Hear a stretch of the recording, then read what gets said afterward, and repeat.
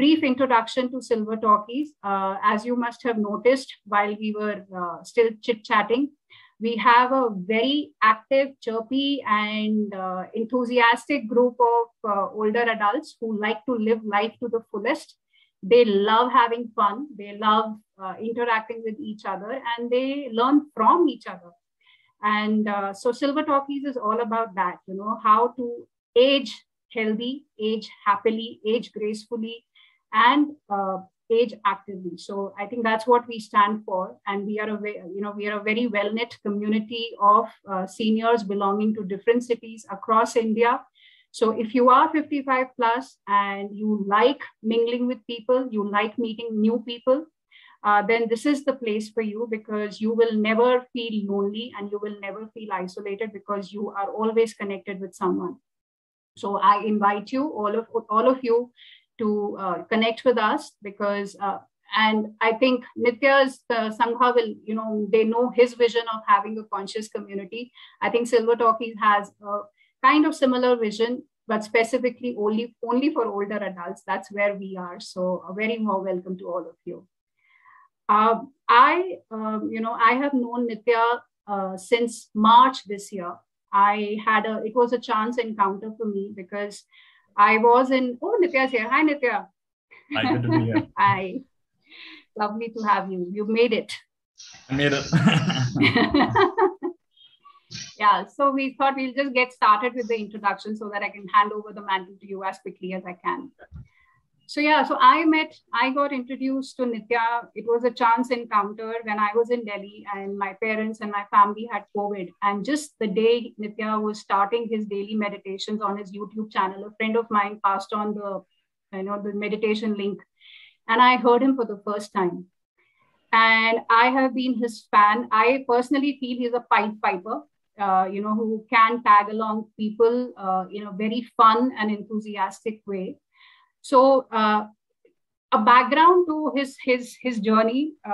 So he actually is an MBA from XLRI Jamshedpur. And he says he worked there. He picked up a corporate job after that for about 4 months. But then his spiritual life came calling, and he left it all to become a monk. And he became a forest meditation monk, and he lived for 6 years, right, Nitya? That's right. 6 years? Yeah, for 6 years, he led a monastic life across monasteries in Sri Lanka, Thailand, and various other places.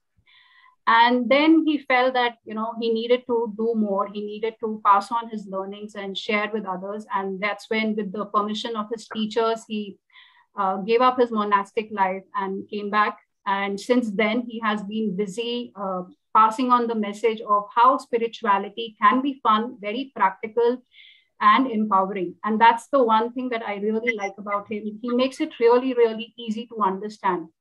So today, he's here to talk to us about the topic that he chose, was the things that we don't talk about. Thank you, Nitya, and a very, very warm welcome to you. Many people from the Sangha are also here. So a very warm welcome to them all. Lovely to be here. And again, if I think, Nidhi, you're the host, you might have to make me the co-host. That will help me share a few things if I want to. And done. In fact, just coming here, I was coming to my friend's house, and I noticed the Ola driver was quite agitated. And as I just listened to him, and I was just asking him what's going on, he said, "Sir, as I loaded your bag, then my wire got stretched, and my phone is not charging now. And if it runs out of charge, then I'll not be able to take more trips." So his mind was on his phone, and I tried to give him my power bank and things. And he just began opening up. As I just showed some concern for him, he just began opening up and began telling me what's going on in his life and how so many new speed cameras have come across Delhi and Gurgaon, and he has over 2.5 lakhs of challans that he's not been able to pay. But the point I'm trying to make is that everyone is carrying all these invisible burdens. And if you're just a presence where we can just listen. I asked him, what's his dream? He said, "Kya dream, sir? Hum to yahi gaadi chalayenge. Kya hoga hamara? Hum to gaadi chalate mar jayenge." I said, no, you must have some dream. He said, yeah, it happened the other day that somebody was giving me a Paytm payment. At the same time, I got another message saying that 17 lakhs have been credited into my account. I got really excited. Then I showed it to some other driver. They said, no, this is a fraud. Don't believe all this. But for a short while, for maybe an hour or two, he got very excited. What will I do with 17 lakhs? And he was telling me the whole story. Oh, if I had 17 lakhs, I would pay for my younger sister's wedding, and I would pay off those loans, and I would pay off the EMI for my car, and I would get a bullet for my, younger brother. And he was just telling me it was so wonderful to get into his world. And the point is, what stops us from having a deeper conversation with the people in our lives? They don't have to always be your closest friends. What stops us from that? So most of us are familiar with the vertical dimension of awareness, which is called meditation. You may have at least heard of it, even if you don't practice it. Awareness of yourself. In fact, I was thinking a TED talk recently, and they said that there are 3 levels at which we get split. What are the 3 levels at which we are split? Level 1 is self from self. Level 2 is self from other. And level 3 is self from life. So these are 3 levels of the split. And while spirituality will help you heal the split of yourself from yourself, things like meditation, self-inquiry, reflection, contemplation, prayer, all that will help you heal your split with yourself. There's also a split between people, isn't there? Sometimes you can be living in the same family and there can be miles between you. You share under the same roof, but there's no real deep connection. And of course, we all know the split of us from life or nature. It took something like a pandemic for us to realize, oh, that's the original color of the sky. Many of us forgot what the sky looks like. Right? And sometimes when we go maybe once in a while on a holiday, oh yeah, this is life. When you wake up with the sun, with sunrise, and you see the birds, and you see the trees, and this is life. What have we done? We've forgotten it. I used to live for some time in Utah. Utah is one of the most beautiful states in the US. And in a town called Logan. And all around Logan are these beautiful trails to walk and, beautiful mountains. And the lady I was staying with, she was like my landlady, she ran an organization which took youngsters from underprivileged families. I mean, often in the US, these are often Hispanic families, Mexican families who come there. And they often don't have the same opportunities. So these kids had grown up in Logan, and never once had they gone to the trails all around Logan. And the trails are literally just 1 or 2 miles outside Logan, not even that far. It's not even that big a town, actually. And they never explored those trails. And she would make it a point, once in 2 weeks or once in a month, and take a bunch of these kids. And just take them into the wilderness. Take them for a day, take them camping for 2 or 3 days. And these kids had never been to nature. The thing is, if you don't connect with nature, if you don't value nature, how will you protect it? You only protect what you value, isn't it? If you don't value something, it doesn't really matter. She was creating the next generation of people who will value nature. They only value it if they connect to it. If there's no connection, then it doesn't matter. So this is the triple healing that we are all on this journey of. The healing of self from self, the disruption, the distance of self from other, and self from life. And this is the journey from ego system to ecosystem. Maybe most of our problems in this world are because we're operating from an ego system. And the healing will be operating from an ecosystem point of view, where you feel connected. And this is in our scriptures, this is known as oneness. This is known as your Vasudeva Kutumbakam, the sense of the whole world is my family. We're all one. So today's session, I'd like to start with a little centering exercise because the foundation always is connection of self itself. And then I'd like to talk more about the thing we don't talk about, the thing we rarely talk about. And I'd like to take you through that. I'm going to try to make this a more interactive session. So at every point, I'm going to be asking 2 or 3 people to share something. And I'd encourage, in every group, there are those who love to talk, and there are those who tend to be more quiet. And so my encouragement will be quite a few of us, there are over 80 of us. So my encouragement will be, can I have different people? When I ask a question, can I have preferably different people? Otherwise, we'll have the same set of people talking every time. And I'd like to have different voices come up. Let's get started with a short centering practice. This is a practice called the Brahma Viharas.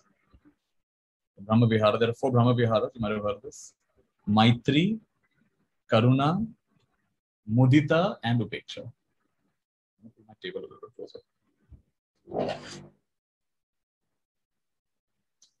So Maitri, what is Maitri? Loving kindness. What is Karuna? Compassion. What is Mudita? Appreciative joy, rejoicing in the happiness of others. And what is Upeksha? A balanced mind, a mind that is not shaken by the ups and downs of life. Let me take you through a short guided meditation. So please sit comfortably. Eyes can be either closed or half closed. Back can be nice and straight. If you're holding anything in your hand, just put it aside. If you're wearing glasses, you can take them out temporarily. Maybe you want to put your phone on silent so you don't get startled. Unless it's the phone that you're using for this, in which case it's fine. All right, and just bring your awareness to your breath. Feel the breath.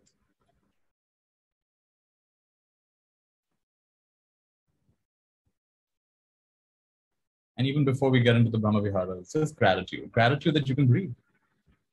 Gratitude that you're here. You are well enough to be able to attend a session like this. You're mentally active enough to understand something like this. And you're spiritually attuned enough to value something like this. So gratitude.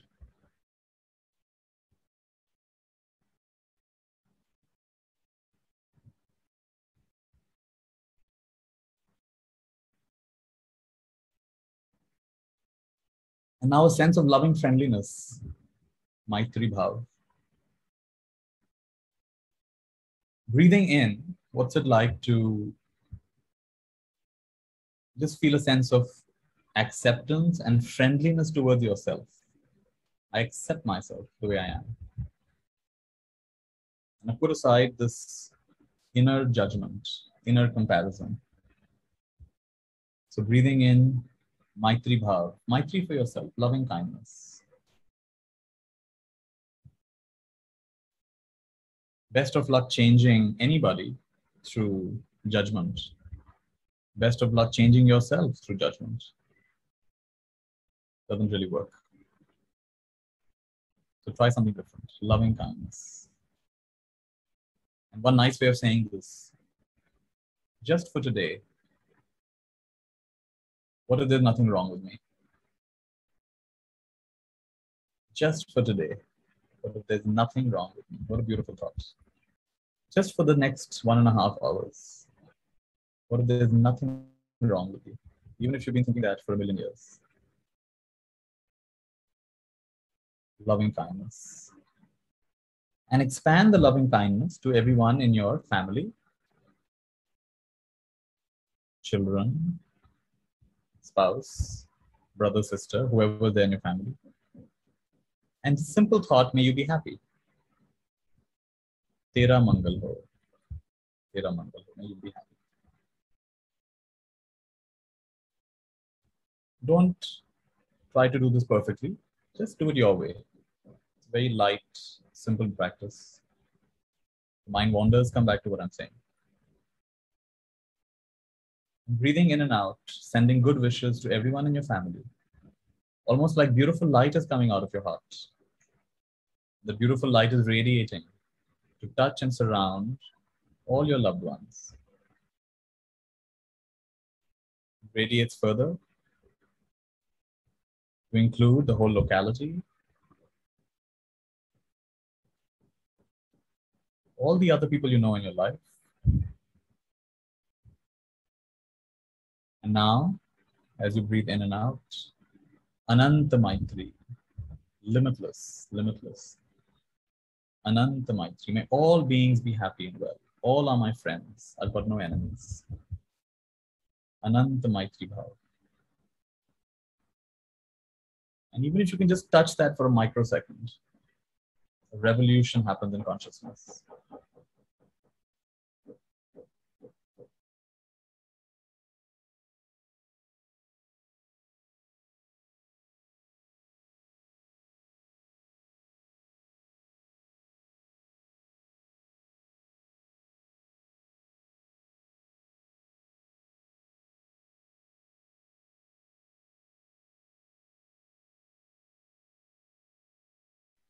And now coming to the next one, the next Brahma Vihara is Karuna. So breathing in, compassion for yourself. Compassion for yourself. What is compassion? May I be free from suffering.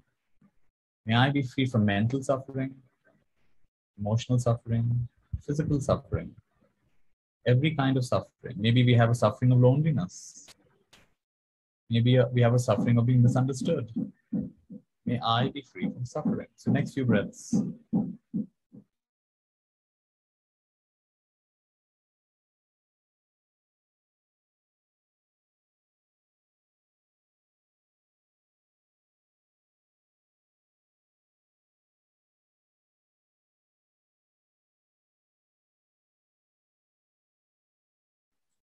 May my loved ones be free from suffering.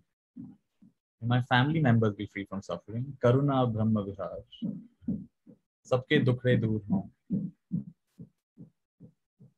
Let that light expand to your family members, loved ones.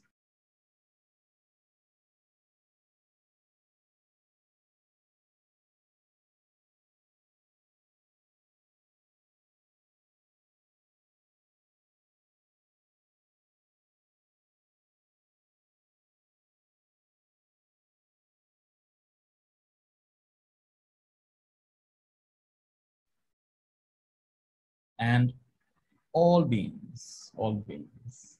If you think deeply, everyone is carrying some burden. Person who gets your newspaper in the morning, person who sells you vegetables, person who grows the vegetables.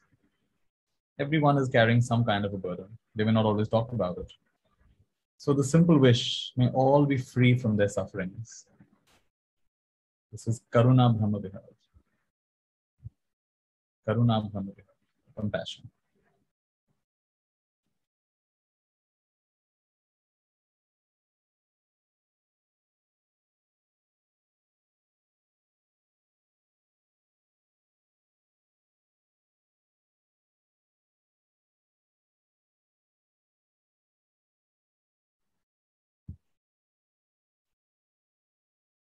And let's come to the third Brahma Vihara, Mudita Brahma Vihara. Mudita means appreciative joy.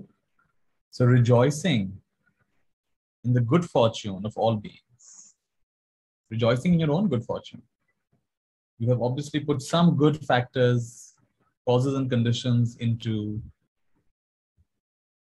play for you to be here today. At some level, you've taken care of your health. At some level, you've taken care of your wealth. At some level, you've taken care of your relationships. This is your good fortune. And the deeper good fortune is your own understanding of yourself, your own understanding of the principles of life. So rejoicing in your own good fortune. Mudita Brahma Vihar. Appreciative joy. I appreciate my good qualities. I appreciate the efforts I've made in my sadhana, whatever they are.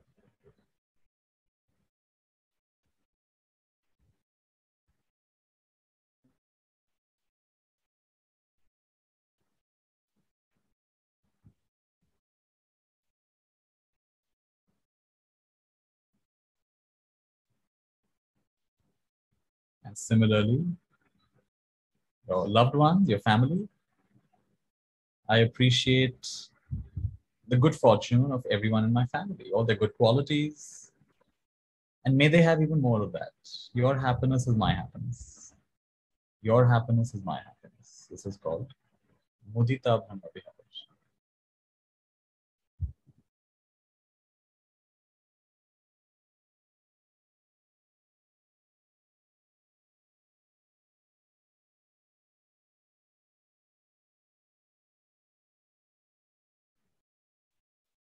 And now expanding it in all directions and all beings.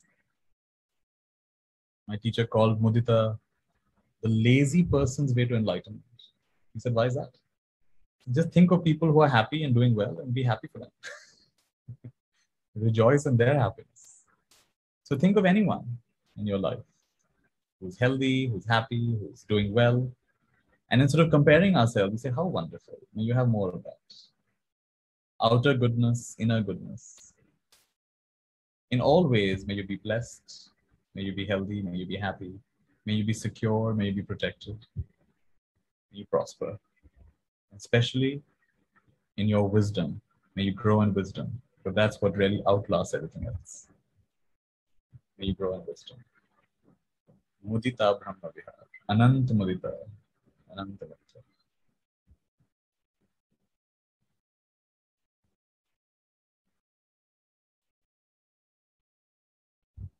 Ananta Mudita. Infinite appreciative joy. And the last, Brahma Vihara, Upeksha, which is balance of mind, which is actually the foundation of all the other Brahma Viharas. A balanced mind. Not so impacted by the ups and downs of life. What comes in will go out. Breathing in, breathing out. What arises will pass away. What comes into formation by causes and conditions will also dissipate in its own time. So we don't struggle against the flow of life. Meetings end in partings. Sam yogo viyog anta. Meetings end in partings. A balanced mind. There will be ups and downs, and towards ourselves, and towards those in our family, and towards everyone in the world. A balanced mind.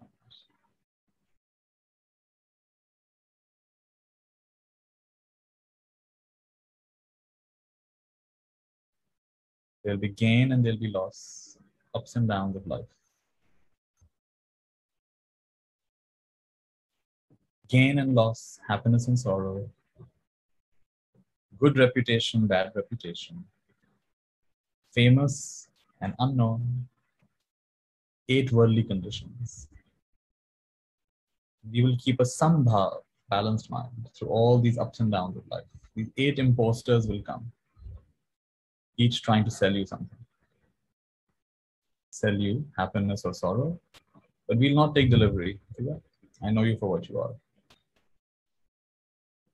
I will find happiness in pure consciousness, Sat Chitananda. I'll not do things for happiness. I'll do things from happiness. Shift in consciousness. Take a moment of stillness.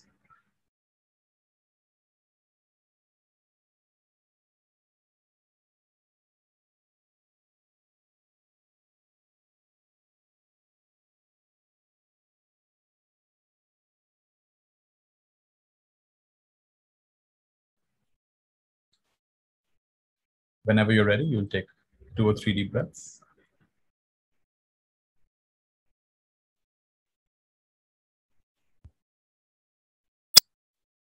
Rub your palms together whenever you're ready.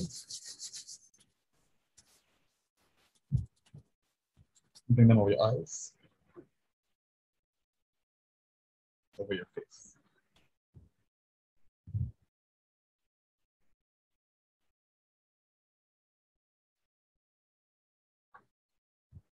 Beautiful. We got a taste of the 4 Brahma Viharas, Maitri, Karuna, Mudita, Upeksha. Also, we touched upon gratitude, which is again a very wholesome state. And my understanding, I may not be right, but my understanding, that once you're at this stage in your life, the only work left for you is to bless. The only real work left is to be in a state of blessing, constant blessing. The ancient Greeks said that wholesomeness has got 3 elements: true, good, and beautiful. True, good, and beautiful. When these 3 elements come together, something is wholesome. If any one of them is missing, it's not wholesome yet. India, this is called Satyam, Shivam, Sundaram. Satyam is true. Shivam is auspicious or good. And Sundaram, as we all know, is beautiful. So in a mind without distortions, in a consciousness that is without the kleshas, without the underlying tendencies, without getting distorted, we perceive the world like that. We perceive the world for what it actually is: true, good, and beautiful. The curriculum in life, the way I see it, is Be grateful for all that is true, good, and beautiful. And bless all that is not yet to your perception, true, good, and beautiful. This is a complete curriculum for life. Appreciate what is true, good, and beautiful, and bless all that is not yet true, good, and beautiful. How do you do that? The 4 Brahma Viharas. Maitri, Karuna, Mudita, Upeksha. दुखी देख मन करुणा जागे ऐसा ब्रह्म विहार हो, सुखी देख मन मुदिता जागे ऐसा ब्रह्म विहार हो, सबके प्रति मैत्री जागे ऐसा ब्रह्म विहार हो, हर स्थिति में उपेक्षा रहे ऐसा ब्रह्म विहार हो, ऐसा ब्रह्म विहार. One of my teachers recently was giving a talk and he said, you know, there are times when people are going through such a hard time. They say, this is the lowest point of my life. This is like the rock bottom, the lowest point in my life. And he said that is actually a moment to celebrate. Why celebrate the lowest point of my life? If it's lowest, it means you can only go up from here.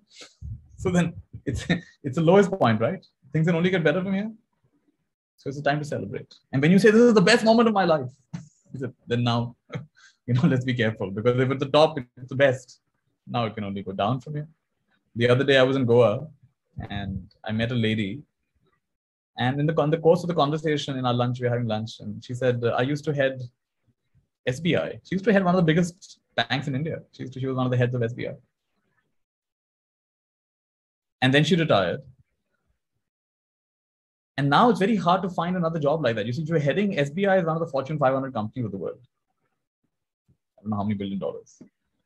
So once you've been heading a multi-billion-dollar company, every other thing is now small from there, right?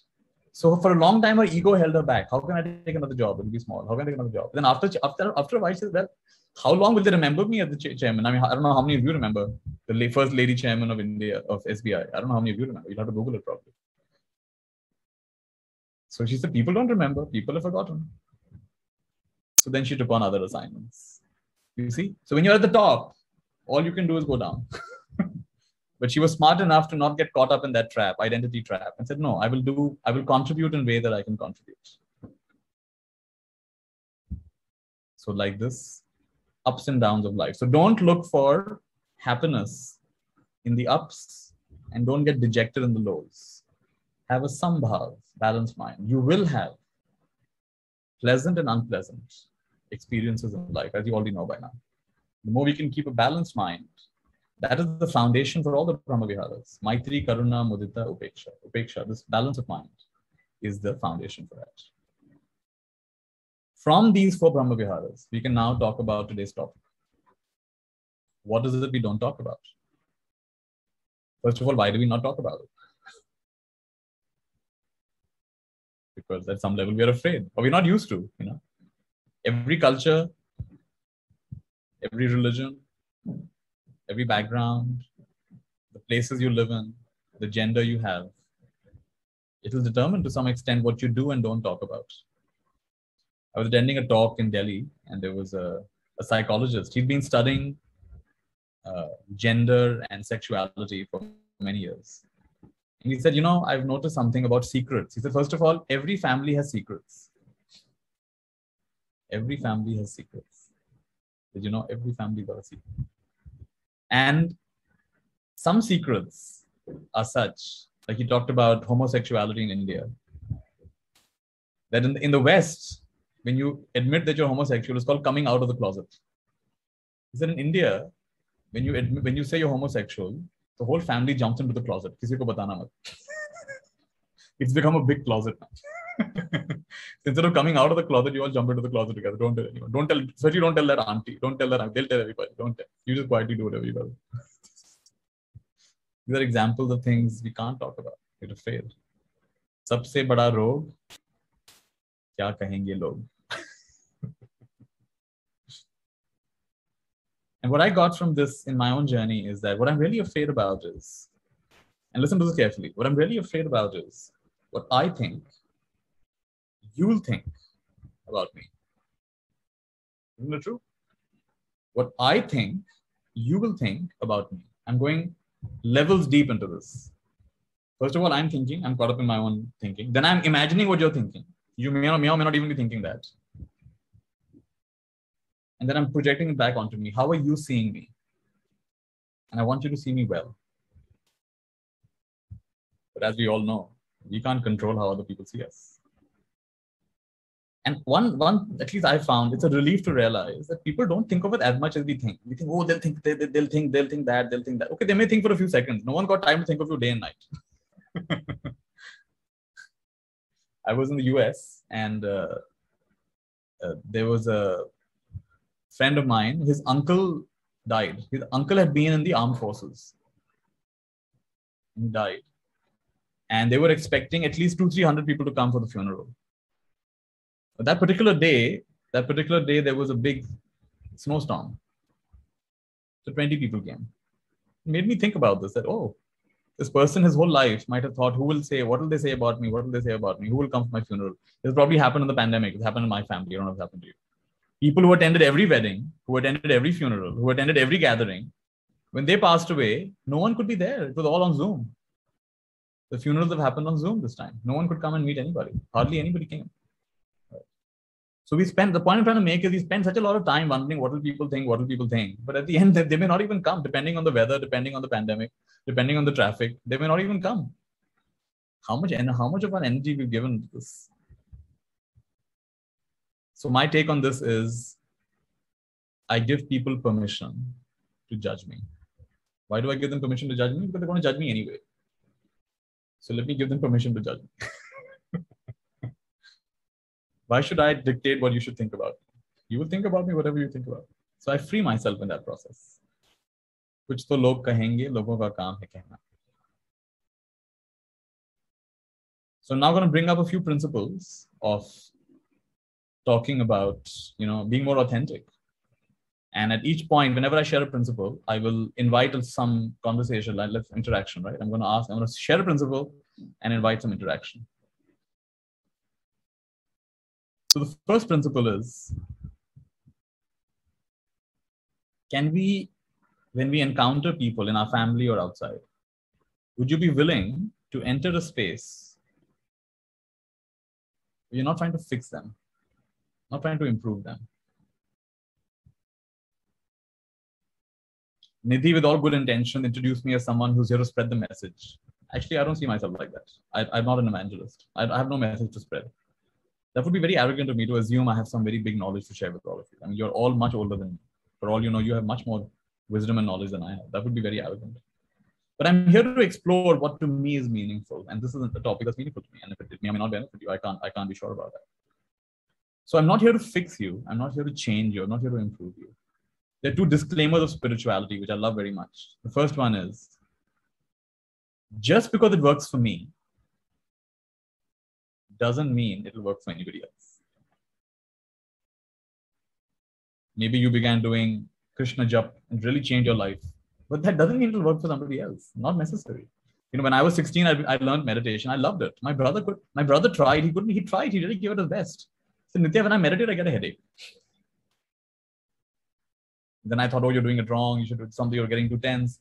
But it didn't work in his case, it didn't work for him for whatever reason. Just because it works for me doesn't mean it's going to work for anybody else. This is the first disclaimer. The second disclaimer is very beautiful. Just because I think it works for me doesn't mean it really works for me. You can spend years in a belief about how great something is. And really our own life has not really changed that much. And we are trying to sell to others what really hasn't even worked for us. So the first principle is, don't try to fix people. Don't try to change people. Instead, what if you just accept people? What if you just love people? In your life, go back and think, when you've been with people who had an agenda, they wanted to change you in some way. And when you've been with people who had no agenda and they just wanted to be with you, connect with you, understand you, listen to you, love you.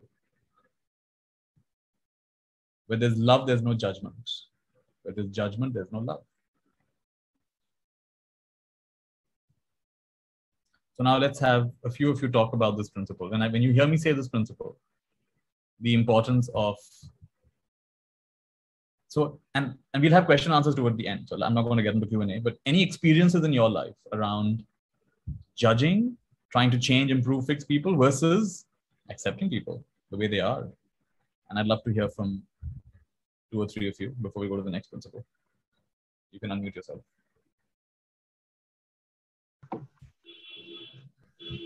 You can raise your hand. I don't know if you know how to raise your hand. Raji, you've unmuted yourself. Do you want to share something?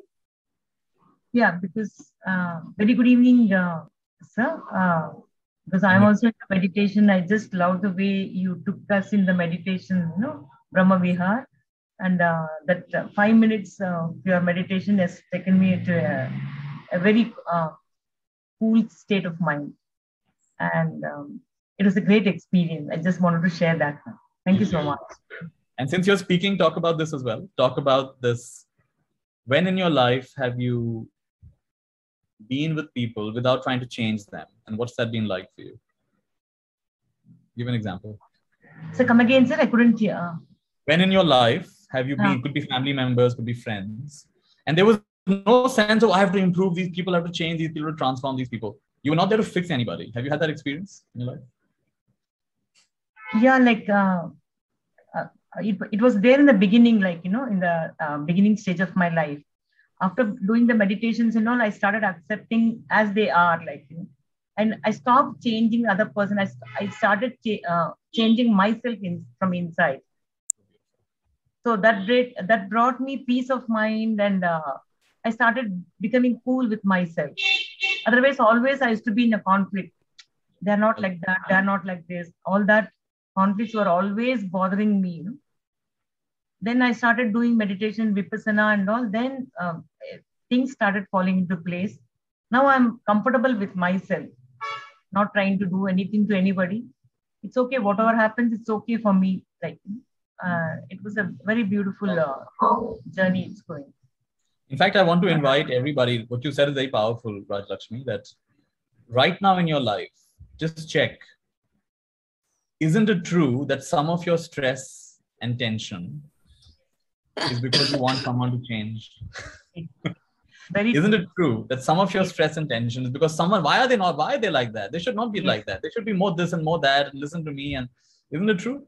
Yes. That is an excessive baggage. Yes. My own children I had. And these, since 4-5 years, I'm just dropping all the baggages. Well said. It's okay. Yeah, they are born to live their life, and I am born to live my life. Exactly. So fine. Everything is fine with them and fine with me also. Very powerful. Thank you for that, Raj. Thank you so much. You have one more person talk about this principle? Yeah, go ahead. I can't see your name, but go ahead. Please unmute. Nanda? Yeah. Okay. Oh, is it Nanda? There's someone raised their hand as well. Okay, Nanda can go. Please unmute it. And then we can go to Galaxy tab A. Very similar to what she said just now. So when you just shed that thing of anybody else changing, it's very liberating for the self. It is. Because the space around you just clears up and you're not expecting anything, and life becomes very beautiful.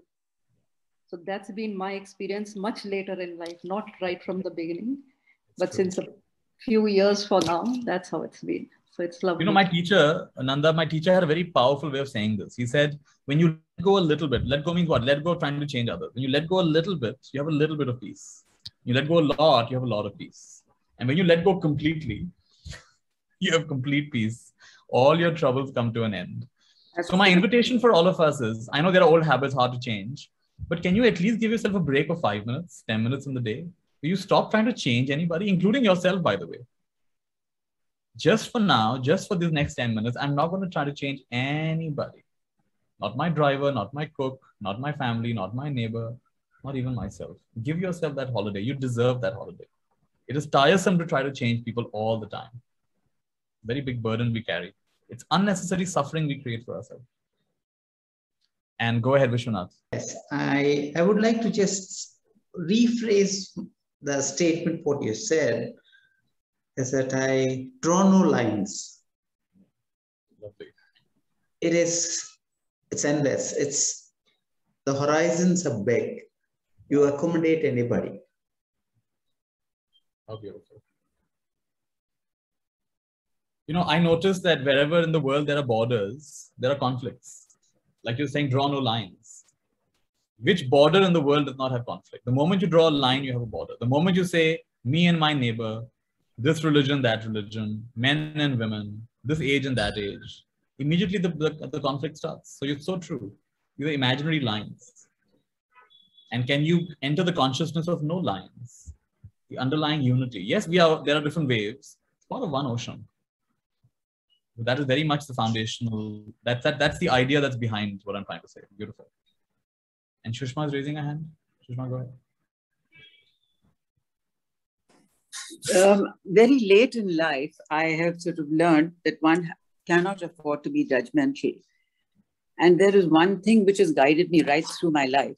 And or the last sort of recent years has been the serenity prayer. You must be familiar with it. I have it by my bedside. And anytime something bothers me, I just go and sit down there and I recite it and I look at it. And that's the first thing I see in the morning when I wake up. And I say, okay, God, now let this be my guide for the rest of the day. And if you want, I could recite it. If you'd like to recite it, please. No, I'd love for you to recite, although I know it, but go ahead, recite. God, grant me the serenity to accept the things I cannot change, the courage to change the things I can, and the wisdom to know the difference. And so this has been a kind of guideline for me every day now. I think this is a prayer we can all memorize. It's a very short prayer. And this is worth memorizing because this is really going to guide us. How many years you can lose in trying to change the things you cannot change. And how many years you can lose in not changing the things you can change. Actually, it's not that hard to change, but you're not doing it. It's blaming other people, right? And the wisdom to know the difference. So this is a very good reminder for us. This, along with the prayer of St. Francis of Assisi, makes me instrument of that peace, channel of that peace. Yeah, that's also a very powerful prayer. I really recommend these two prayers, Serenity Prayer and St. Francis's prayer. If you can repeat this prayer regularly, a very deep shift will happen in your consciousness. Great, let's continue. Another principle of what we're talking about today is the principle of welcome everything. What does it mean, welcome everything? Welcome everything means, see, things are going to happen anyway, the way they're going to happen. The idea that you're in control is one of the biggest illusions. Right? Every great Sikh, every great saint has talked about surrender. What is surrender? Surrender your artificial idea that you're in control. You know, I had a friend, she was visiting India from the US. And she had quite a young daughter, maybe 4 or 5 years old. And the daughter was on this little kind of scooter. And the mother was pushing from behind. And the daughter had the handle. But this was a fake handle. The daughter thought she's moving the scooter, but no, the mother behind was actually deciding where the scooter goes. I found that very interesting little toy. You might have gone to a mall. I don't know if in Delhi you have, wherever you live. These children are going in the electric car and they think they're driving the electric car. There's a man walking behind with the remote control. And he's deciding if the electric car goes left or goes right. So all the great saints have said this, and now even modern science is agreeing with this. That you think you're in control, it's just a process. It's a combination of your sanskaras, or what nowadays you would call genes, and your environment. It's happening by your own conditioning. It's a conditioned process. So when it's a conditioned process, then you let go of the strong idea of I am in control. And you shift to the new idea of I am the witness. Fascinating. This is what's happening now. Fascinating. This is what's happening now. Fascinating. This is what's happening now. How amazing is it? How amazing is it? A sense of wonder. Oh, really? This thought came up. Oh, really? These words came out of my mouth. Oh, really? This person has entered the house. Oh, really? This is what they're saying. A sense of constant wonder. One of my favorite poets, Mary Oliver, says, wouldn't God be disappointed if we are not dazzled at least 10 times a day? And how will you be dazzled if you're always in control? You'll only be dazzled like, wow, amazing, you know, amazing. I pressed some buttons on my phone and a cab came. That's amazing. It really is amazing. Maybe you take it for granted, oh, that's just normal. Not normal, it's actually quite amazing. It's fascinating. It's a wonder. It's a wonder right now that I'm talking to all of you. So to welcome everything means welcome all outer states and welcome all inner states. So when you're with people, what's it like to relax the sense of expectation that this is what should happen, this is what they should say, this is what they shouldn't say. Like when I asked my cab driver today, "Aapka sapna kya hai?" He was quiet for a few seconds. He was not expecting that question from me. "Aapka kya sapna hai?" He was quiet for 2, 3, 4 seconds. I said, "Sir, hamara kya sapna ho sakta hai?" And it opened a very different conversation, you see. So what's it like to welcome everything? Because if you don't welcome everything, you're narrowing yourself down. And then, like, I'll give you an example. In certain families, it is not okay to be angry. Anger is a no-no. So anger is still there. Now it's a suppressed thing. Everyone is very good, goody, but it's all simmering at the bottom. So we talk behind the back, and it comes out in like, what's it called? Passive-aggressive behavior. We'll not talk to each other. We'll not respond properly to each other. The anger is there, but you can't express. In these families, it is unpeaceful. We're a peaceful family. But there's unpeace in the family. You see? In some families, we're very awkward with hugs. It's very uncomfortable. We don't touch each other, we don't hug each other. This can become a cultural thing. And I'm not saying you should change that, but at least can we talk about it? What's our family like? Every family has got its own unique way of thinking, behaving, acting, right? It's nice to become curious. Just to become curious about ourselves, to become curious about our collective way of thinking, behaving, acting. This kind of curiosity is very powerful. So second principle is welcome everything. Welcome everything means if you're sad, it's okay for you to be sad. I don't have to, come on, smile, it's okay. No, it's okay to be sad. I'll give you an example. I got a call 2, 3 days back. My friend's mother, she's quite old now. And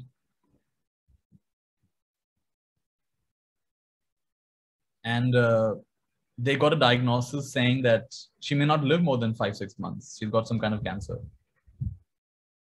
So the family said, let's not tell her. Let's just tell her it's a small thing, she'll be fine. And they asked me, Nitya, is that okay? I said, to my mind, it's actually not okay. You're saying you'll not tell her so she doesn't get agitated. But look what you're doing, you're lying.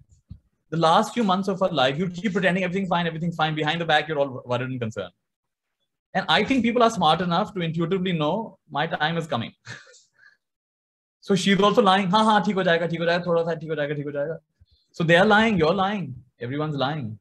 The last few months, there was a chance to be authentic. There was a chance to really talk about what wasn't talked about. That opportunity is also gone. So when she asked me, I said, no. If you ask me, I know it is painful to say something like that the doctors are saying it's a very serious condition. But it's an opportunity. Now we can finally make our peace with our mortality. And yes, there may be tears, and yes, there may be sadness, and yes, but we'll deal with it. That's my take on things. I feel we should be open about these. We should talk about all aspects of our life much more openly. Welcome everything. What would it be like if children could talk about in their family, they could talk about when they're feeling low, when they're feeling pressurized. There's such a lot of exam pressure, such a lot of competitive pressure. So many youngsters are committing suicide. In America, I'm told, I don't know about India, in America, suicide is the leading cause of death for teenagers. #1 cause. And I believe sometimes 10 minutes of patient listening might have solved that. Thanks. Nothing with the light. It's not that my aura suddenly became bright. This is the light came on. So anybody wants to talk about welcoming everything? Let's have 2, 3 people. What are your reflections on the second principle I've shared? Welcome everything. You can raise your hand or you can unmute yourself. Dhruv, please go ahead. Yeah, Dhruv. Yeah. To me, I connect this welcoming to authenticity, and I think you are being authentic to yourself when you welcome the good and the bad and welcome everything. Obviously in life there are ups and downs, there are tides which happen, and I have seen it in my own life. Instances when not welcoming is actually, to me, was not accepting the reality and living your own illusion.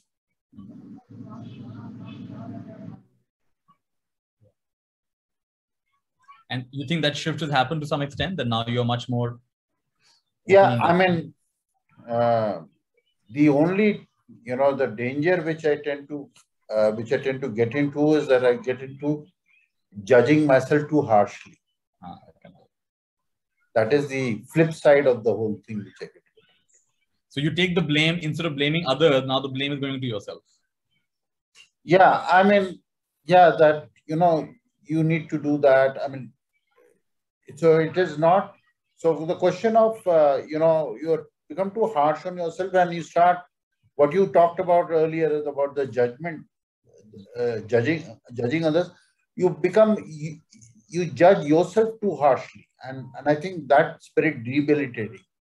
Yeah, I hear you. Dhruv, you're reminding me of a teaching I learned that when you criticize someone, like suppose I say, oh, that person is so arrogant, or that person is so ignorant, or that person is so selfish, then to add a few lines after that, think just like me. Just like me. Because in some way, I'm also like that. But then I told a close friend of mine, and she said, no, I can't do this because I always criticize myself. So I said, okay, then you should say just like everyone. When you say, I'm so XYZ, whatever, I'm so procrastinating, I'm such a loser, well, just like everyone procrastinates, everyone does that, So that's when you have to equate it a little bit and not be so hard. Yesterday, we had a powerful talk by a Buddhist nun, Thupten Chodron. And she said, pride has two elements. Pride is not just being puffed up and thinking you're smarter than everybody else. She said, even thinking that you're worse than everybody else is the kind of pride. That's also kind of pride. That's also kind of pride. It's an egoic idea. It's not based on truth. True. So let's come out of both. Some people are proud of how humble they are. Yeah. So we have to catch ourselves in these things. Very nice. Yeah. Thank you. Anyways, Niti, go ahead. Because in my life, I'm just after realization of my own conflicts and all, I started welcoming everything. When I started doing that, there are so many opportunities getting connected with all the new things. Like I can tell whatever I think in my the same, it started connecting. Even if I don't put any efforts, I started welcoming everything. Okay, whether good or bad, it's okay for me because that is destined to me. It will happen. So something good out of that will come. That is what I feel, and I just welcome it. So after the accepting of that one, many good things started connecting to me. I experienced that one. So I started continuing with the same thing, and I think very nice. Someone has said in the comments, it's very similar to what you're saying, that Vedas tell us about prasad buddhi. Okay. And I'm not sure what that means in Vedas, but I'll tell you what I understand from prasad buddhi is that take everything as a prasad. Yes.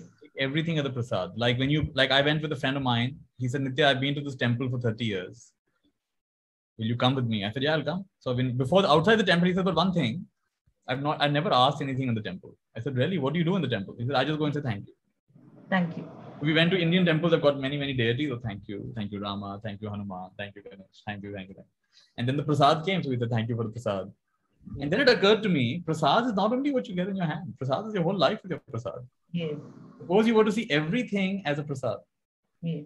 Prasad we have been blessed with everything which you're not able to see sometimes. And I was not able to see. I was only looking at the not having things. And now I'm so happy. I'm so blessed for everything and every moment I'm breathing. Love it. Thank you for that. Okay, the next principle, let's go on to the next principle. The next principle is, and this is a tough one, but nevertheless, it's going to help us. Third principle is assume nothing. Assume nothing. This is the hard one because our life is based on assumptions. We assume there's gravity, we assume the electricity will come, we assume that we have expectations, the maid will come, house help will come. I was criticized for saying the word maid, so house help will come. We assume that when I pay for a certain service, I'll get that. So this is all fine. But the problem comes when in our conversation we start assuming. And like, for example, someone looks away from you and you assume they don't like me. Or someone looks at, some people have a habit, when they're talking, they'll talk in one direction. They'll not look at the whole room and talk. So you'd feel that the person doesn't think I'm important. Or you wave to a friend and they don't wave back, or the friend doesn't like me. Or maybe they didn't see you. You see? So that person didn't return my call. The other day, someone put a nice post on Instagram saying, just because someone's online and they're not replying to your message, doesn't mean they're ignoring you. Sometimes they're just tired. Sometimes they just want to scroll. They don't have the mind bandwidth to go and reply to 10, 15 messages they have. It's okay. Once in a while, you're allowed to break. Maybe they're tired from the whole day's work. Just because they're online doesn't mean they have to reply to you right away. So you don't have the right over someone's downtime, is what the message said. So don't assume because they're not replying, they're arrogant or they don't like you. No, it could be something else. So assumptions, another big cause of our problems in our life is assumptions. Would someone like to say, you have rich life experience, all of you. So I'm sure you have some very good examples of how assumptions got you in trouble and questioning your assumption got you out of trouble. Can we have some examples from this august community who will share? Preeta, would you like to share anything?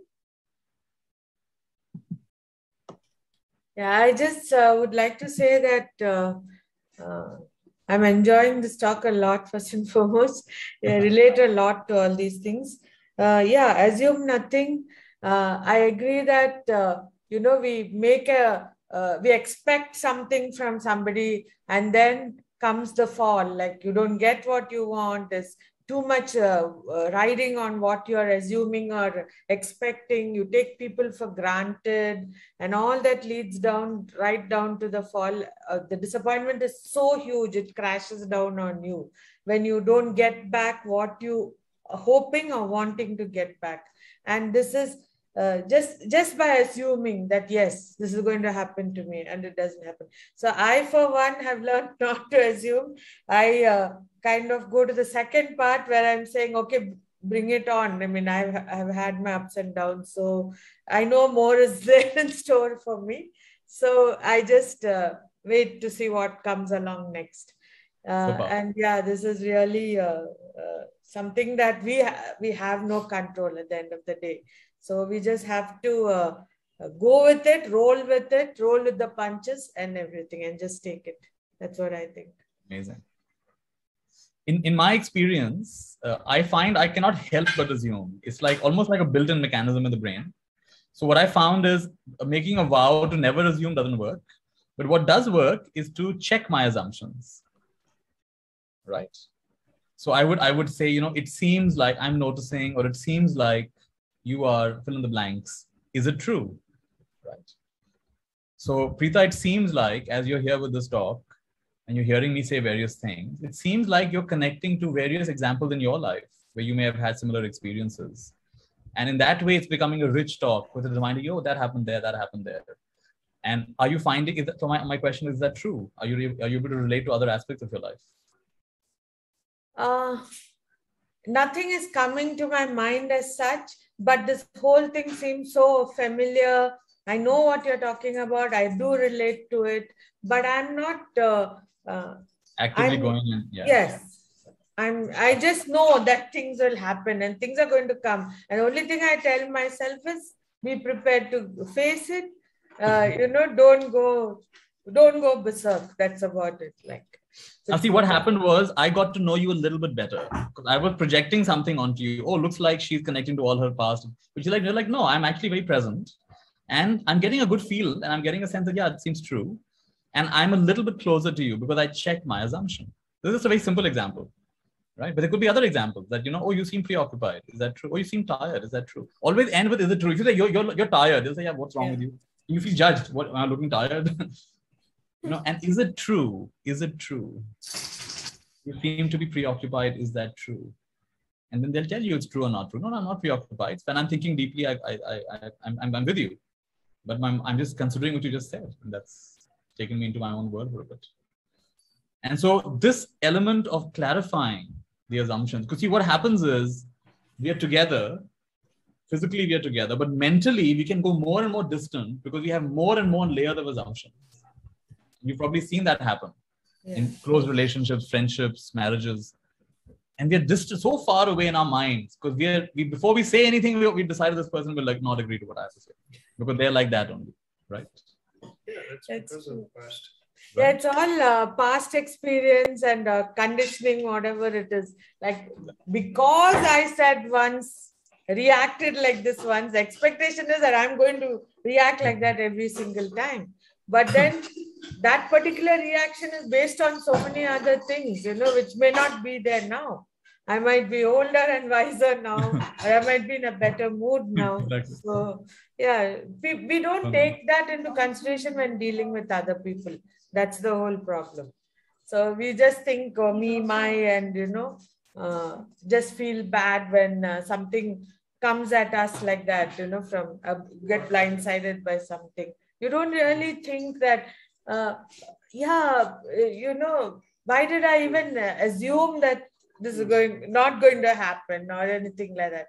It's totally so right, because everything right from when you started that don't judge, don't accept and welcome, witness things and all. Yeah, it makes a lot of sense to me, and I'm going to try and incorporate these things. It's a practice, and yes. It's not. I'm not going to say it's easy, but it's worthwhile. Yeah, and to the extent, like even if I practice what I'm teaching all of you 5% in my day, the quality of my life goes up dramatically, right?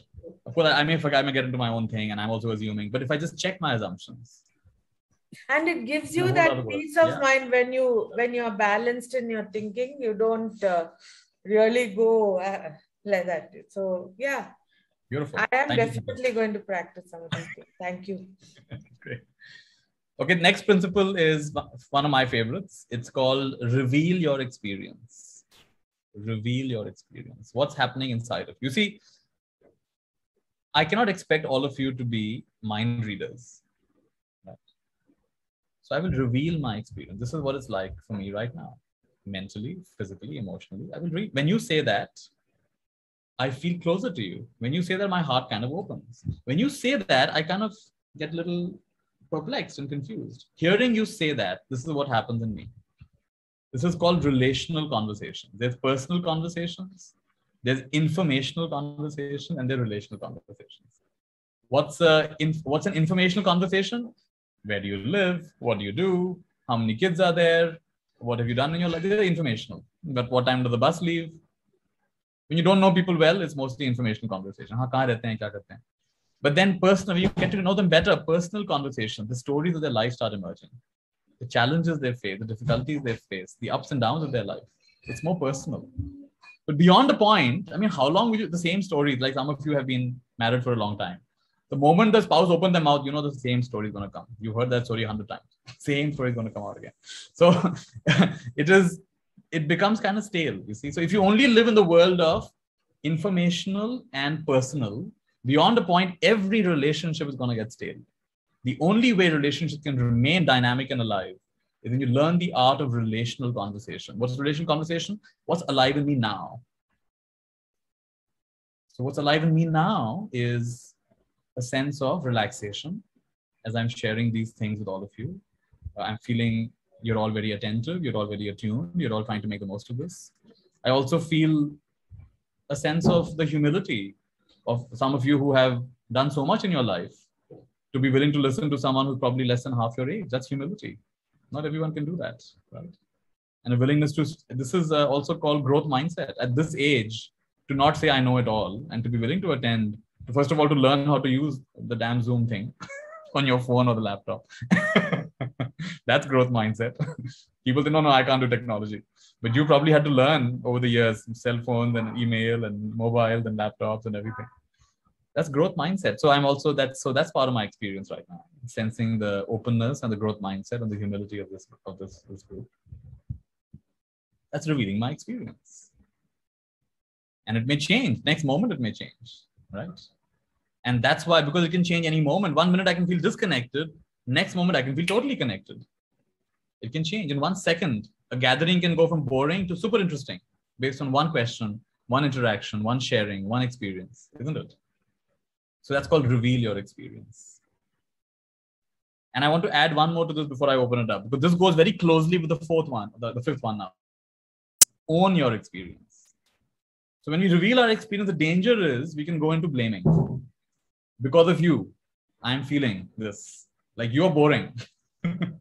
Or you're not listening, right? Oh, I'm revealing my experience. No, but you're pointing fingers at others. So own your experience means I'm bored. Or when you say that, this is what happens inside of me. Yeah, you talk about your experience. Not you are like this, but this is what's happening with me. Own your experience. And one powerful way to do this is you catch yourself using the words we and you as opposed to I. Instead of saying we are like this, or if people tend to do this, you say, I have this experience. Catch yourself talking in more general terms and shift to the personal pronoun, I. That's your experience. Don't project it onto all of us. This is another way of owning our experience. Would anyone like to share some experience around the power of revealing your experience and owning your experience? Or the flip side of that, not revealing your experience, being shut with your friends and your family for years together, and how that confines you deep inside. You can't be authentic because you're afraid of the consequences. Anybody wants to share?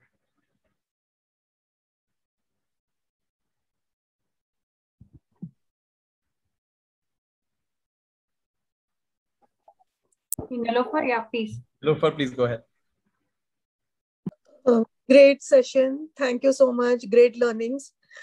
This last point, what you mentioned, is a complete contradiction to what my mindset always is.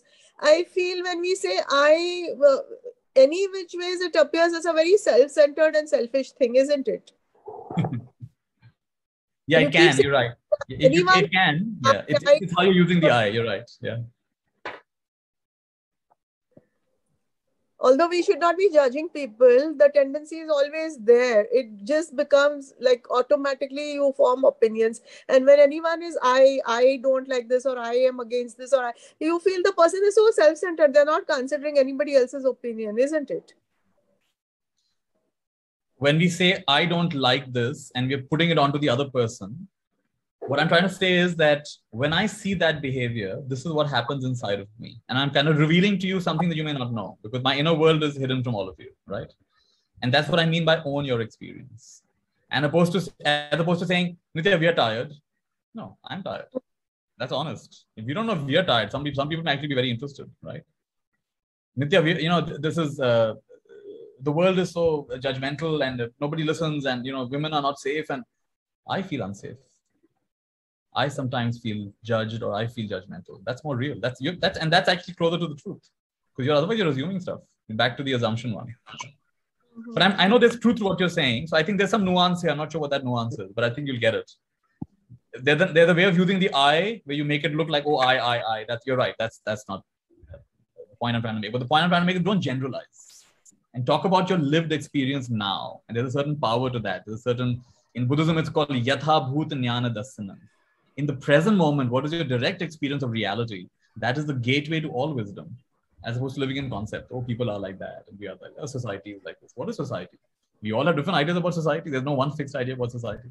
Society is your inner projection of what you think the world thinks. What the collective thinks, isn't it? That's the point we're trying to make. Makes sense. Thank you. Thank you so much. And Vishwant, please go ahead. Yeah. Vishwanath. You were talking about owning your relation, owning your experience. As I rephrase it as, I clean my side of the street. Oh, nice. You're the rephrasing expert of our group. No, it's just that I've learned it in a different way. That's of course. So say a little bit more about that. Yes, it's like this. Like we used to have the neighbor's dogs, which would bark. And I used to get irritated. When dogs are going to bark, why should I get irritated about it? Just accept the dogs are going to bark. It's their communication. I don't have to get worked up. That is how I felt. That's why I said, okay, fine. All that I need to do is cool myself. That's it. Accept it. That's how I put it. Yeah, love it. Love it. Wonderful.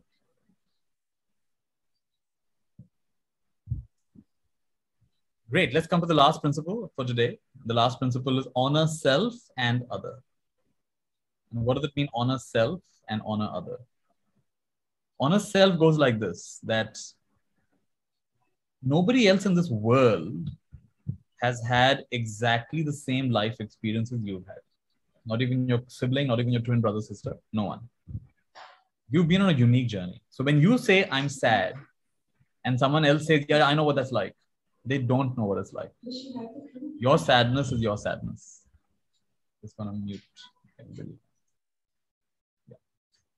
So you don't really know. When someone says, oh, I'm anxious, they're like, well, I know exactly what it's like. I've also been anxious. You don't know actually. Their anxiety is different. Oh, my daughter's getting married. It's so difficult. Yeah, my daughter's also got married. My son also. You know, it's all normal. No, but you don't know. They may be different. Their experience may be different. So by honor self, we mean we need to honor our own unique experience.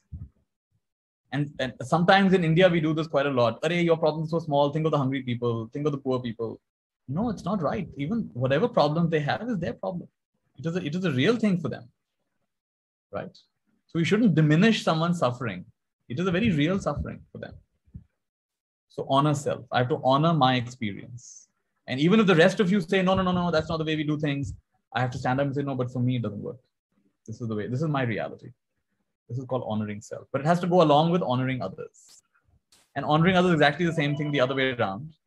And the other way around is, I can't know for sure what it's like to be you, right? So I can't assume on your behalf. I can't force you. Like I said a little earlier, that two disclaimers of spirituality. Just because I think it works, just because it works for me doesn't mean it'll work for somebody else. Just because I think it works for me doesn't even mean it works for me. So let's not assume. We think we know what's best for our kids. We think we know. We can't be sure about that. We should have a little bit of, we should doubt our certainties. Does anyone have anything to share about this last principle of honoring self and honoring others? Standing up for yourself and also not trying to force others to be different.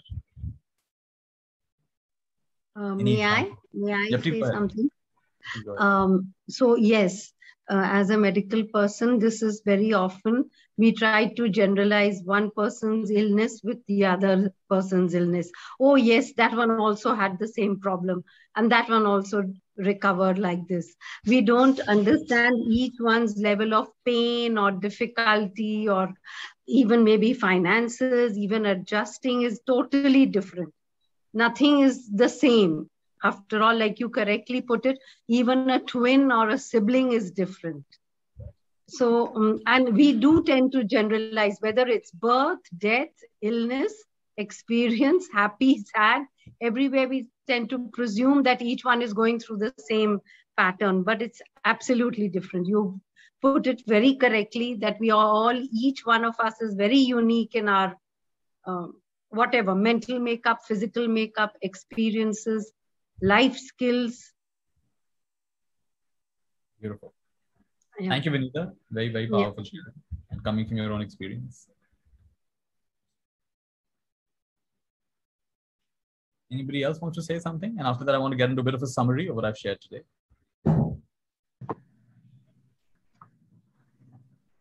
Nitya sir, I would like to share what you did the meditation in the beginning. Can we get the recordings of that one? Yeah, this is recorded. In fact, they've recorded the session, so you should be able to revisit it. Also, if you search for Brahma Vihara meditation and go to YouTube, search my name, or just go to Google, search my name, Nitya Shanti. I spell Nitya with an H. Nitya Shanti, and search my name, search for meditation. There are lots of, there are I think 200-300 guided meditations on YouTube and SoundCloud and other places. And Brahma Vihara is one of them. You'll find the Brahma Vihara meditation. Name itself is so powerful and I just love it. Good. Yeah, definitely go revisit it. You'll find this. And not only me, many other teachers have taught this. So you can find other teachers as well who taught the Brahma Vihara meditation. Right. Sure. Yes, go ahead. Is that Rajam's account? I'm not sure if that's Rajam. Rajam Subramaniam. Go ahead, please unmute. No, I don't want to say anything. I'm enjoying your talk. Thank you. Okay, lovely. Let's get into a bit of a summary of what we've shared today. So today we began with the 4 Brahma Viharas: Maitri, Karuna, Mudita, and Upeksha. Maitri means loving kindness. Karuna means compassion. Mudita means rejoicing in the happiness of others. Upeksha means a balanced mind. And I added to that gratitude, the sense of gratitude, being thankful, being joyful. And these are powerful states. Like I said, in my understanding, at this time in your life, this is the curriculum. Ananta Maitri, Ananta Mudita, Ananta Karuna, Ananta Upeksha. Just recently, a few weeks back, I would say a month back, a lady who I've known for a long time, a friend's mother, whose house I would go to meditate, who I considered to be a very powerful practitioner of all these 4 Brahma Viharas. You know, there's some people, just in their presence, you feel uplifted, you feel purified, you feel accepted. I'm sure you all know at least one such person. Just being with them, you're like, wow, it's so nice being with this person. I just forget everything. Just feel so like the warm energy, like an energetic hug. She was one of those people. And last month, because of advanced cancer, she was in the last days of her life. And I was traveling in Kashmir. My friend put her on video call. And it was amazing how calm she was. I talked to her less than 10 hours before she passed away. And we had a clear conversation. And I gave her some reminders of the teachings. And she beautifully accepted them. She was in a state of awareness and clarity. If we live this way, we pass on this way. So live with the Brahma Viharas. Right? We don't know whose time is coming when. But at your age, you know it could happen anytime. 5 years, 10 years, 20 years. It could happen anytime. So now, prepare yourself. The way you prepare yourself is now, take away this preoccupation with the outer world. There is a reason, I believe, there's a reason why eyesight diminishes, hearing diminishes, smelling, tasting, touching. It all diminishes with age. Why? Nature is giving you one last chance. Antarmukhi ho jao. बहुत बहिर्मुखी हो गए. पूरा जीवन बाहर देखते गए, सुनते गए. अब तो अंतर्मुखी हो जाओ. Last chance. So do not lament the eyesight is fading or the hearing is fading. Don't keep getting the most advanced hearing aids. Okay, get them, but put them off once in a while. There is a reason why you are less active. It is to slow down now. At least now sit still. At least now look within. At least now ask the fundamental question, who am I? Koham. Ramana Maharshi would say, Dehang Nahang. Kohang Soham. Dehang Nahang, I'm not the body. There is a body, but I'm not the body. Body is doing its own body thing. If I was a body, I'd say, now remain fit forever. Remain at 20 forever. Don't change. The body doesn't listen. If it doesn't listen, it's not really yours. It's part of the experience. It's not who you are. It disappears every night for several hours. Dehang Nahang. Kohang Soham. I am that. What is that? Awareness. How will you discover your awareness? Practice the Brahma Viharas. Ananta Maitri. For a few minutes every day. Ananta Maitri. Ananta Karuna. Ananta Mudita. Ananta Upeksha. Doesn't have to be perfect. Just start. It will start waking up within you. It will make the rest of your life the best of your life. You will experience Brahmic bliss in this life. When I look back at my life, I can say the most powerful moments have been either moments of emptiness, where I've penetrated the vacancy of what I call my personality, or moments of everythingness. Everythingness comes through the Brahma Viharas. And then you can be more comfortable in your somethingness. To the extent you've not tasted your emptiness and your everythingness, your somethingness will always trouble you. So your curriculum for this life is taste your nothingness and expand your heart to touch the everythingness. Neti, neti, iti, iti. I'm not this, I'm not this, and I am this, and I am this. This is the curriculum Brahma Viharas will help us. And then we talked about the principles of not only vertical dimension of practice, but horizontal dimension. Connection of self with other. 3 kinds of connections. Self with self, self with other, self with life. We talked about the self with other dimension today. Relax your desire to change others, fix others, improve others. To let be. There's a lovely word in the Greek language, agape. Agape is the Greek word for love. And the definition of agape is to let be. If you love me, let me be. If I love you, I will let you be. When you love someone, let them be. Where there's love, there's no judgment. There's no pulling, pushing, resistance, changing. I just love you. The best example of love is the sun radiating light to the earth. All the activity on this earth is because of the sun. The sun's love, actually. The sun is not coming and saying, hey, all of you take out your sunglasses. Otherwise, I'll not shine tomorrow. No, sun still shine. Everyone stop putting sunscreen.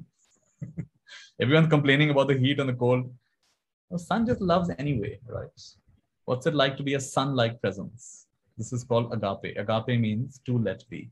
So first principle we learned is don't try to change or fix or improve. Second principle we learned is welcome everything, the pleasant and the unpleasant.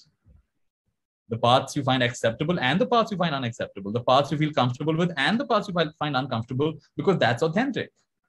Otherwise, we're getting into ideas of what is okay and not okay. Then we narrow our range of inner and outer experience. So welcome everything. Third principle we talked about is assume nothing.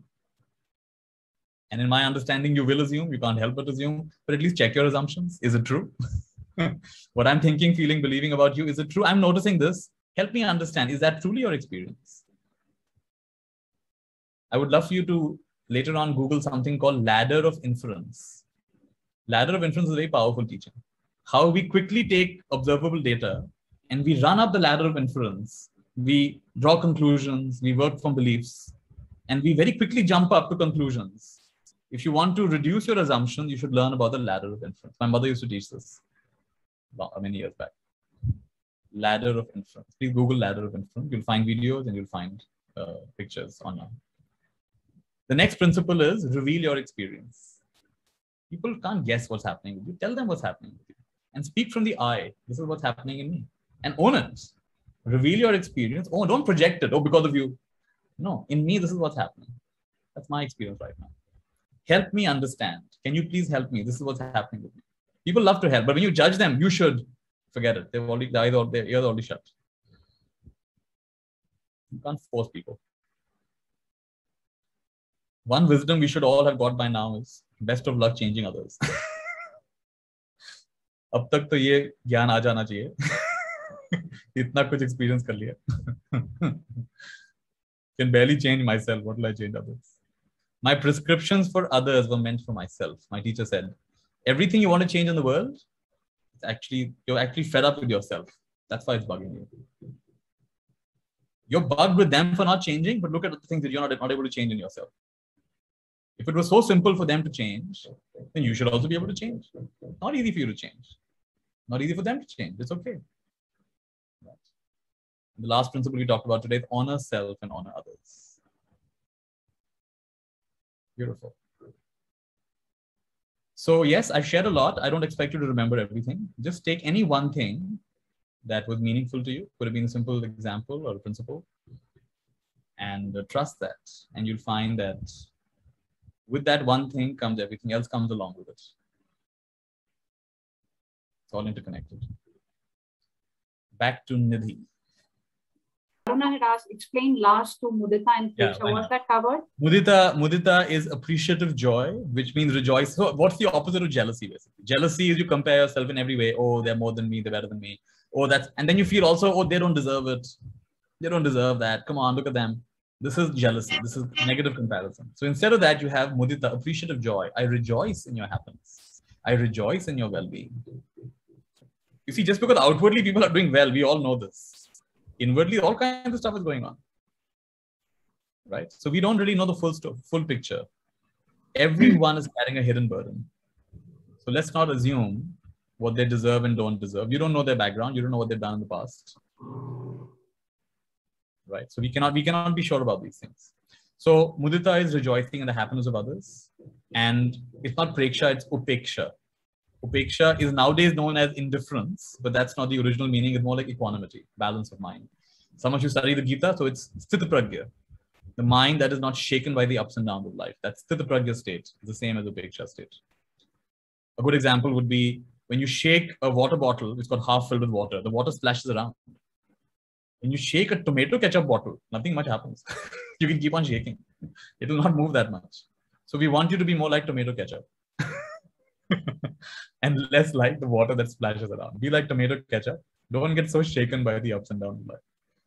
Who would have thought someone would tell you be like tomato ketchup? But that's the lesson for today. Nidhi, back to you. Yeah, and Dr. Pushpa wanted to know how to do the Brahma Vihara meditation. Well, you can again listen to the recording of today's talk. You can go online, just search for Brahma Vihara. There are PDFs available for free. There are many teachers have taught this on YouTube. I've taught this. So, and even what you've learned today, just continue with that. Like one breath, like I'm saying, the first few breaths, may I be happy and well. Next few breaths, may you be happy and well. May all be happy and well. And then go on to Karuna, may I be free from suffering. May you be free from suffering. May all be free from suffering. I rejoice in my own good fortune. I rejoice in your good fortune. I rejoice in the good fortune of all. And may I have a balanced mind. May you have a balanced mind. May all have a balanced mind. Like this, you can practice. There are many ways to practice it, but this is a simple way. Yeah, and I have shared the link to Nitya's channel on YouTube. A lot of his, all of his teachings and all of his videos are available there. So please do check it out. You will find many concepts very beautifully explained and very easy to implement and incorporate into life. Any questions from anyone? Raj Lakshmi was raising a hand. Yeah, Raji, please. So thank you so much. And I just want to know that last word you said, a ladder of to search in the Google. Inference. I-N. How do you spell inference? I-N-F-E-R-E-N-C. Is that correct? Inference? Yeah, should be correct. Yeah, Preeta. Yeah, I wanted to ask you, could you just go over that everythingness and nothingness once again? So that's a good question. So it works like this. There are many ways to do it. I'll give you the way that I do it, right? So in the Buddha's teachings, the Buddha says there are 5 things we attach to with ourselves. What are the 5 things? The body, the feelings, the memories, the intentions, and the consciousness. The Buddha says these 5 things you attach to as self. And so the way I practice this is I go systematically and say, yeah, there is a body, but am I the body? There are feelings, pleasant, unpleasant, neutral, but am I the feelings? Yeah, there is memories, perceptions, but am I the perceptions? Yeah, there are intentions, plans, but am I the intentions? And there's a difference between consciousness, the way it's used in the Buddha's teaching, and the way it's used in Advaita Vedanta. But with the Buddha's teaching, consciousness is also individuated consciousness. He says even that is not actually personal. So it's just, there is consciousness, but am I that consciousness? Am I that individuated sense consciousness, eye consciousness, ear consciousness, nose consciousness, taste consciousness? So in negating this way, neti, I'm not this, I'm not this, I'm not this. Or let me take you through an experience. Just try, Niti, do we have 2 minutes? Yes, please. Let me just give you an experience. Everyone just close your eyes for a moment. This is called, in yoga, this is called pratyahara, withdrawal of the senses. So let's just say, we don't know how it happens, but your eye sense door for a little while is getting deactivated. You can't really see much. And we don't know how it's happening, but your nose smell sense door, the smelling sense door is getting somewhat deactivated, numbed and deactivated. You can't smell much. Temporarily, you can't smell much. And we don't know how it happened, but for some reason, your taste is getting deactivated. You can't taste much. And we don't know how it happened, but touch, texture, sensation, the entire body feeling sense door is getting deactivated, getting numb and deactivated for a little while. You can't feel much. You can't even think much. The last one, of course, is you can't even hear much. Now, who are you if all of these sense doors get deactivated? Seeing, smelling, tasting, touching, hearing, thinking, feeling, all of that deactivated. Now what happens?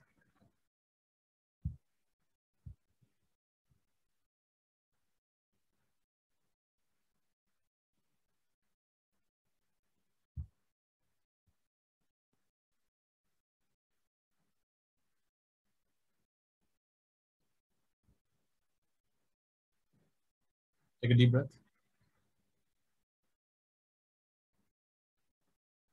Very slowly open your eyes. So in a very simple way, in a very quick way, we practice pratyahara, which is part of the yogic eightfold path of yoga, which is you withdrew your senses. You purposely withdrew. Of course, you may not fully. You're probably still hearing a little bit, but that's all right. But you, to some extent, you withdrew your senses. And in a way, that's also like neti, neti, not this, not this, not this, not this. And then if you do this enough times, you start realizing, oh, I'm not this, but then I'm also this. Like all of this depends on me. You see, notice all seeing, all hearing, smelling, tasting, touching converges into me. Consciousness converges into I. So there is a constant interconnection. There is no experience without the I.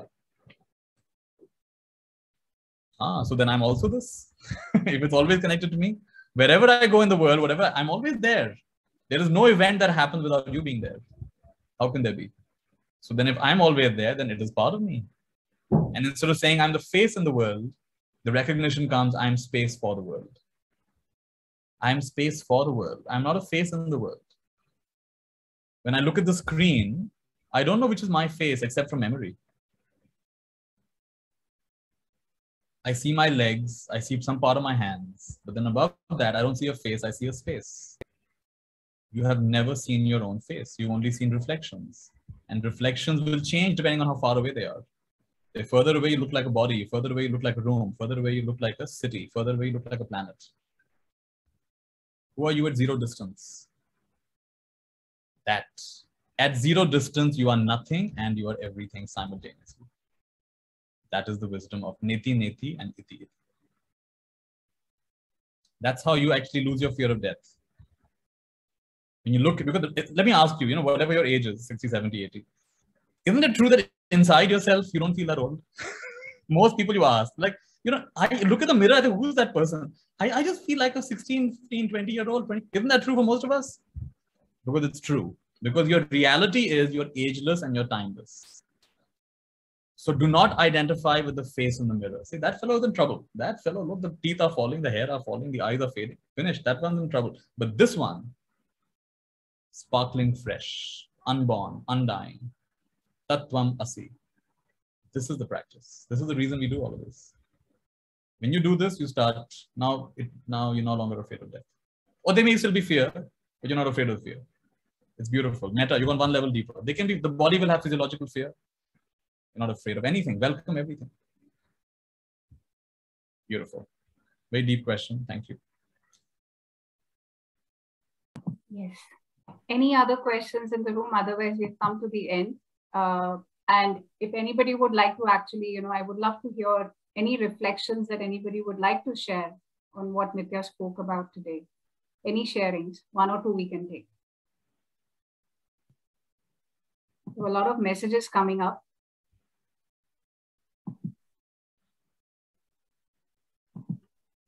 Mr. Jambunathan, would you like to share anything? Please unmute. I have unmuted. Yeah.